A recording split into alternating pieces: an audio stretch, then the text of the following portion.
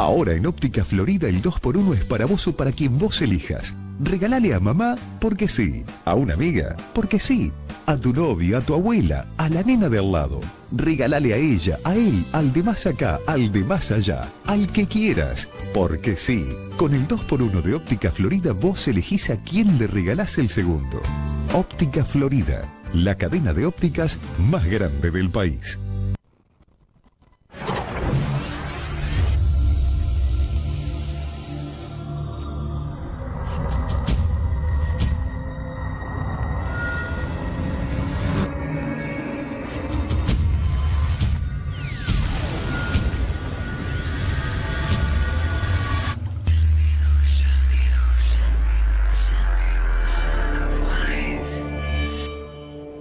Bien, a último momento uno intenta acomodar algo que lo tendría que haber hecho antes.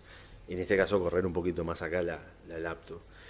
Recibimos con mucho gusto en la noche de hoy al doctor Hilario Castro Treza, quien gentilmente accedió a venir pese a lo inhóspito del clima. Gracias por estar. El agradecido soy yo, Alberto, a ti y a todo el equipo técnico por estar esta noche en este prestigioso programa que difunde cosas relevantes de Florida.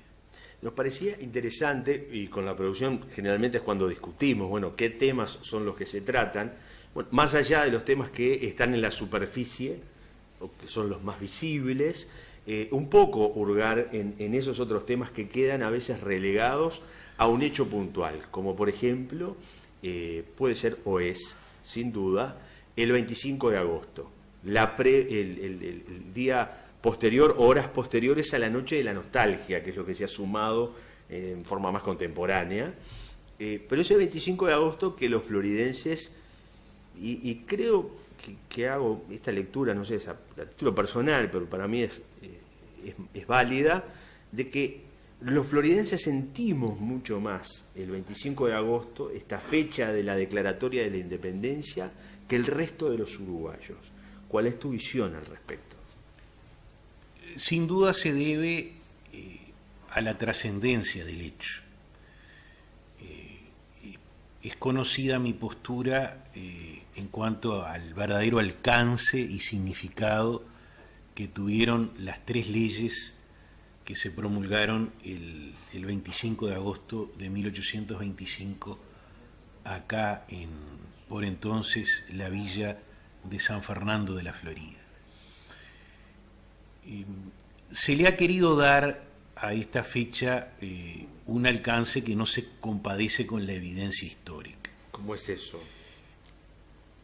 No es que se haya declarado la independencia del Uruguay, sino que en ese momento estábamos bajo el dominio del Imperio de Brasil, y a partir del 19 de abril de 1825, con el desembarco de los 33 orientales, que también es discutible si fueron 33, aunque no fueron 33, ese es un número simbólico. Eran los que entraban en la foto, decían en aquel momento.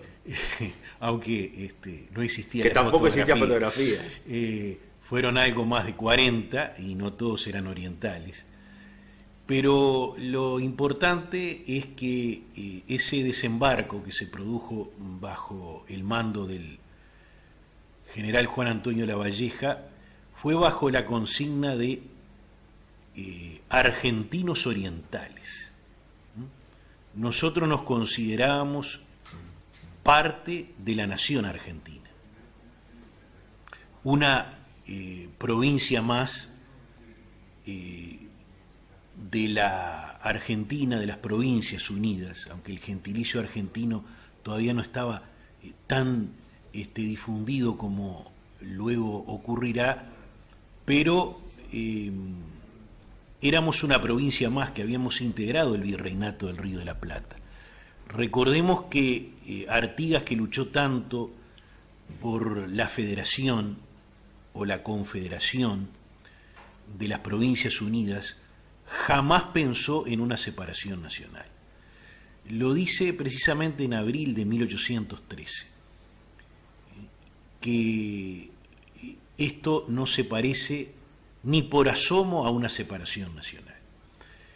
Y a raíz de los conflictos y de las contradicciones que hubo con Buenos Aires, en determinado momento Álvarez Toma, el director de las Provincias Unidas, le propone a Artigas la independencia de la provincia oriental, y él la rechaza enfáticamente. Eso ocurre en 1815. Una digresión. De allí puede ser que la presidenta argentina haya dicho en aquel tan recordado discurso: Artigas quiso ser argentino y no lo dejamos. Exactamente. ¿No fue tan disparate lo que dijo Cristina Fernández? No fue tan disparate. Y lo vamos a explicitar. Luego... Hay muchos que se deben estar sintiendo mal.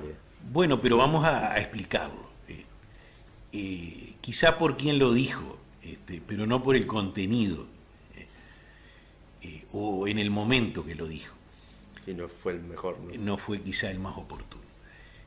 No nos olvidemos que Artigas se retira al Paraguay derrotado militarmente en 1820. Nosotros pasamos a depender del Reino de Portugal primero, y a partir de la independencia, esta sí, de Brasil, que se convierte en un imperio, con Pedro I como emperador, en 1822. Y se formó la provincia cisplatina. Nos vimos forzados a incorporarnos al imperio del Brasil. Pero los orientales lucharon denodadamente para lograr la independencia de la provincia oriental, primero del Reino de Portugal y después del Reino de Brasil, en un largo proceso que no tenemos tiempo de detallarlo, pero que tiene su hito en el desembarco de la Graciada. Por eso decía que el brigadier general Juan Antonio Lavalleja proclama argentinos orientales, sin guión ni conjunción, decía el profesor Carlos Real de Azúa. No argentinos y orientales, sino argentinos orientales. Era solo, todo uno. Exactamente.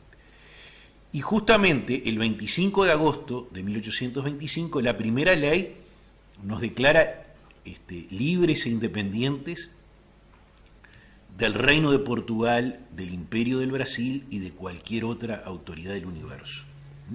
Y declara írritos, nulos, disueltos y sin ningún valor para siempre las decisiones adoptadas por el Congreso Cisplatino, que nos incorporó al Imperio del Brasil, que no era nuestra patria. Nuestra patria era Argentina, las Provincias Unidas. La segunda ley es la reincorporación de la provincia oriental a las Provincias Unidas del Río de la Plata. Y la tercera es la ley del pabellón, es decir, adoptábamos el pabellón de las Provincias Unidas. Y esto es muy importante porque después el Congreso de las Provincias Unidas del Río de la Plata acepta la reincorporación de la provincia oriental. Es decir, que volvimos a formar parte de la patria grande, de la gran nación argentina. Y los documentos son irrefutables. Pero luego Brasil tiene una guerra con las Provincias Unidas, cuyo hecho de armas más importante es la batalla de Ituzaingó en 1827, donde el ejército republicano, comandado por Alvear y que tiene una importante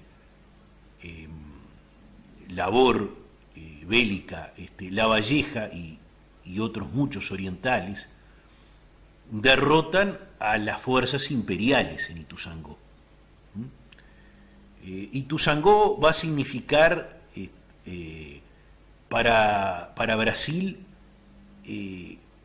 desde el punto de vista histórico-militar lo que significó Maracaná desde el punto de vista deportivo. Fue el primer golpe. Exactamente. A la prueba está que esa fecha de la batalla de Ituzaingó, ellos van a tratar de